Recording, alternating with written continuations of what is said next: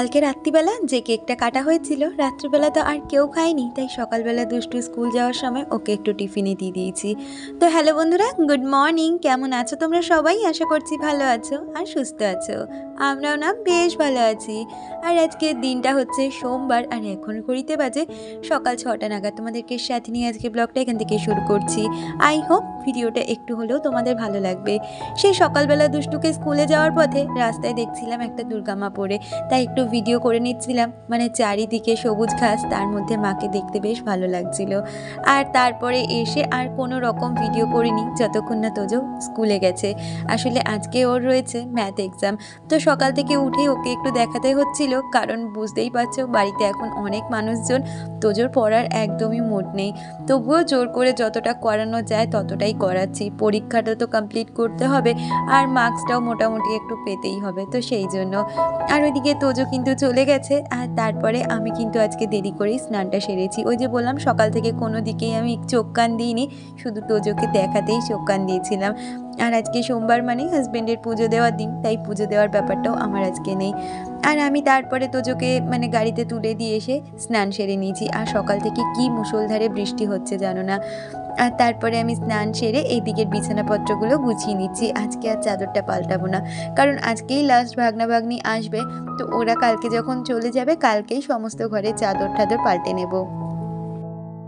কালকের ওই ছোট্ট ভিডিওতে যেখানে আমি আমার বার্থডে সেলিব্রেশন দেখিয়েছি, তাতে তোমরা অনেকেই আমাকে শুভকামনা জানিয়েছো। তার জন্য তোমাদের কাছে আমি কিন্তু খুব কৃতজ্ঞ, কারণ তোমরা আমাকে এতটা ভালোবাসো। তারপরে আমার স্পেশাল একটা দিনে এত মানুষ আমাকে উইশ করেছে, এটা না আরও বেশি ভালো লাগার জায়গা।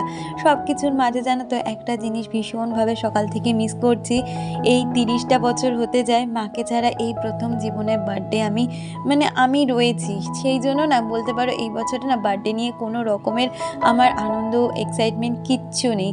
শুধুমাত্র প্রতিদিনের মতন আজকের দিনটাও আমার কাছে একটা দিন ছিল, বরঞ্চ আজকের দিনটা আমার কাছে কিন্তু অনেকটাই খারাপের ছিল, যেহেতু মা ছাড়া আজকে আমার জন্মদিন যে পৃথিবীতে নিয়ে এলো তাকেই আর সেই আর আমার কাছে নেই, এটা ভাবলে ভীষণ কষ্ট হয় জানো তো। আর সত্যি কথা বলতে আজকে সকাল থেকে কোনো কাজকর্মতেই একটুও মন লাগছিল না, কাজ বাজও করিনি। আর ওইদিকে শুধু ঘর বাড়িটা একটু গুছিয়ে নিয়েছি, আর তারপরে সারাটা দিন বসেই ছিলাম, আর বৃষ্টি তো বাইরে হয়েই চলছে। তো বন্ধুরা, তোমরা তো জেনেই গেছো আজকে হচ্ছে আমার বার্থডে, কিন্তু কি বলতো আজকে সকাল থেকে মনটা ভীষণ খারাপ লাগছে, আর কোনো কাজ বাজ করতে ইচ্ছে করছে না। রান্নাবান্না কিচ্ছু করিনি, হাজব্যান্ডকে শুধু কর্নফ্লেক্স করে দিয়েছি, সে সেটাই খেয়ে গেছে। আর কি রান্না করব ভাবছি, শুধু ডাল ভাত আলু ভাজা বেগুন ভাজা করে দেবো, কারণ একটুও ভাল লাগছে না। এটা আমার বার্থডেটা হয়তো সবার কাছে স্পেশাল, কিন্তু আমার কাছেও দিনটা একটা সময় অবধি স্পেশাল ছিল, কিন্তু এখন সেটা নেই। যে মা আমাকে জন্ম দিল আজকের দিনে, সেই মাকে হারিয়ে ফেলেছি, তো তাই দিনটাকে নিয়ে আনন্দ করার মতন কোনো রকমেরই মন মানসিকতা নেই বলতে পারো।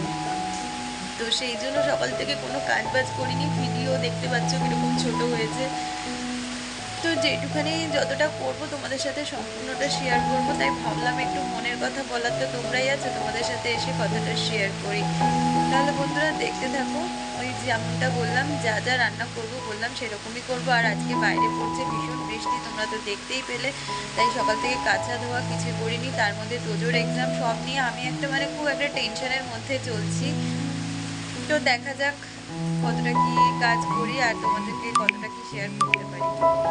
তাহলে পুরো ভিডিওটার সাথে থাকো আর ভিডিওটা দেখতে থাকো।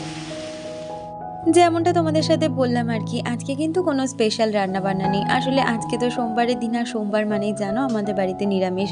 তো নিরামিষে আর কি রান্নাবান্না করব, একই 3 দিন ধরে টানা নিরামিষ চলছে। তার মধ্যে কালকে যেহেতু রবিবার ছিল, তার মধ্যে ভেজ বিরিয়ানিই করেছি। তো সেই জন্য আজকে আর সত্যি কথা বলতে কোনো কাজ করারই ইচ্ছে ছিল না। তবুও সংসারটা যখন আমার, যেরকমই শরীর আর মন মানসিকতা থাকুক না কেন, কাজকর্ম তো করে যেতেই হবে। আর ওইদিকে দেখতেই পেলে আমি কিন্তু ভাত বসিয়ে দিয়েছি রান্নাঘরে এসে, আর তার সাথে কিন্তু ডালটাও আমি সিদ্ধ করে নিয়েছি। আর একটু আলু ভাজবো, সাথে বেগুন ভাজবো। ওই যে সেদিনকে অনলাইন অর্ডার করেছিলাম যে বেগুনগুলো রয়ে গেছিলো, তাই ওইগুলোই আজকে ভেজে নেব।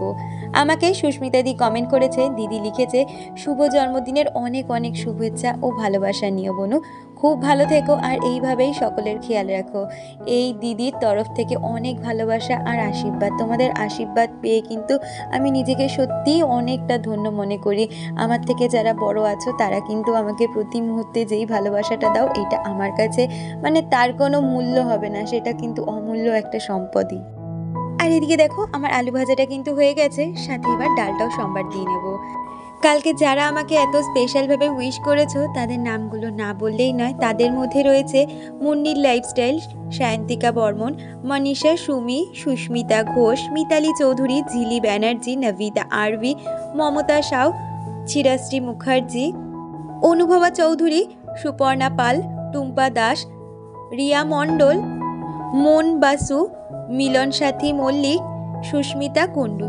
তোমাদের সকলকে অনেক ধন্যবাদ আর অনেক ভালোবাসা প্রতিদিন আমাকে এত সুন্দর সুন্দর কমেন্ট করার জন্য, সাথে আমার স্পেশাল দিনটা মনে রেখে আমাকে এত ভালো উইশ করার জন্য। Thank you so much. আর এই দেখি কথা বলতে বলতে আমার কিন্তু ডালটাও হয়ে গেছে, সাথে ওইদিকে বেগুনগুলোকেও একের পর এক ভেজে নিচ্ছি। আর ওই দেখো গ্যাসের উপর একটা লঙ্কা রেখেছি। কি বলো তো, এরকম গরম ভাতে না বেগুন ভাজা দিয়ে আর লঙ্কা ভাজা দিয়ে খেতে কিন্তু আমার ভীষণ ভালো লাগে। ওতেই না এক থালা ভাত যেন উঠে যায়, আর কিচ্ছু লাগে না সেখানে। আর এদিকে দেখো রান্না বান্না কমপ্লিট হয়ে গেছে, সাথে এখন প্রতিদিনের মতন রান্নাঘরটাকেও সুন্দরভাবে পরিষ্কার করে নিচ্ছি। আমাকে সুস্মিতা দি দুদিন ধরেই একটা কমেন্ট করছে, এর আগেও আরেকজন কেউ কমেন্ট করেছিল, সে লিখেছিলে ডোন্ট মাইন্ড, একটা কথা জিজ্ঞেস করবো, দুষ্টুর খরচা কে মেনটেন করে? তোমার দাদা ওকে দেখতে আসে? হ্যাঁ, আমার দাদা ওকে দেখতে আসে, কেন আসবে না, ও তো মাঝে মধ্যে যায় ওই বাড়িতে দেখা করতে। আর দুষ্টুর খরচা বলতে দেখো, একটা মেয়ের যখন দায়িত্ব নিচ্ছি তার খরচা আমি কারোর উপরে ভরসা করি না, তবে প্রতি মাসে কিন্তু ওর পড়াশোনা বাবদ বা ও যে গাড়িতে যাতায়াত করে স্কুলের জন্য, সেটা কিন্তু ওর বাড়ি থেকে মানে ওর বাবাই পাঠিয়ে দেয় প্রতি মাসের 1 তারিখে। আর বাকি খরচটা বলতে পারো আমরাই চালাই। একটা মেয়ের যখন দায়িত্ব নেব তার তো সমস্ত খরচার দায়িত্বও আমার ছেলের খরচা কি আমি অন্য কারোর কাছে চাই? তো সেরমটাও কিন্তু আমার দুষ্টু, ওর খরচা আমি কখনোই কারোর কাছে চাইতে পারবো না। যখন একটা মানুষের দায়িত্ব নিয়েছি তার সমস্ত দায়িত্বই আমরা নিজেরাই নেব, আর সেটা চিন্তাভাবনা করেই কিন্তু আমার হাজব্যান্ড আর আমি এই ডিসিশনটা নিয়েছি আমার মা মারা যাওয়ার পরে। তো যাই হোক, অনেকগুলো কথাই বলে ফেললাম, তোমরা এটা অনেকেই জানতে চেয়েছিলে, আজকে ক্লিয়ার করে দিলাম। আর দেখো এই যে বিকালের যে ভিডিওটা দেখছো, তোমরা তো জানোই তোজোর পরীক্ষার জন্য বিকালে আমি কোনো কাজকর্ম করতে পারছি না, কিন্তু এই ভিডিও ক্লিপটা অনেক দিন আগেই করে রেখেছিলাম তোজোর পরীক্ষার আগে। সেই ধরো শুক্রবার দিন করেছিলাম, কারণ বিকালবেলা সেদিনকে সবার একটু স্ন্যাক্স খেতে ইচ্ছে করছিল।